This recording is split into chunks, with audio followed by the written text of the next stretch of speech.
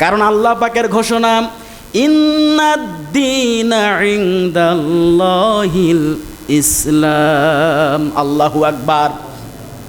সূরা আলী ইমরান 3 নম্বর পারা 3 নম্বর সূরা 2 নম্বর রুকুর 19 নম্বর আয়াতের প্রথম অংশে আছে, আল্লাহ পাক বলেন, আমি আল্লাহ পাক রব্বুল আলামিনের নিকট একমাত্র জীবন ব্যবস্থার নাম হচ্ছে ইসলাম।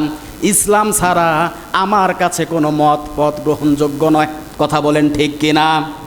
আজকে যারা রাজনীতি করেন, যারা সমাজ ব্যবস্থা পরিচালনা করেন, যেই পদে থাক না কেন, যদি ইসলাম দিয়ে আপনার ওই ব্যবস্থা, আপনার ওই আইন আপনি পাশ করতে না পারেন, আমার আল্লাহর কাছে ওটা গ্রহণযোগ্য নয়। কি আমি বললাম না আল্লাহ বলল?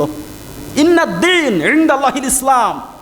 একমাত্র জীবন ব্যবস্থা হচ্ছে ইসলাম। ইসলামের বাহিরে যে যেটা করবে সব ভুল, ভেজাল, প্রতারণা ছাড়া আর কিচ্ছু না। কথা বলেন ঠিক কিনা? ঈমান ভঙ্গের 4 নম্বর পয়েন্টে বলা আছে, আল্লাহর নবী মুহাম্মদুর রাসূলুল্লাহ সাল্লাল্লাহু আলাইহি ওয়াসাল্লামের আনিত ধর্ম ইসলাম। আল্লাহর নবীর আদর্শ মোতাবেক যে ব্যক্তি জীবন পরিচালনা করবে না, তার ঈমান নেই, নষ্ট হয়ে গেছে। তার ঈমান নেই, সে বেঈমান।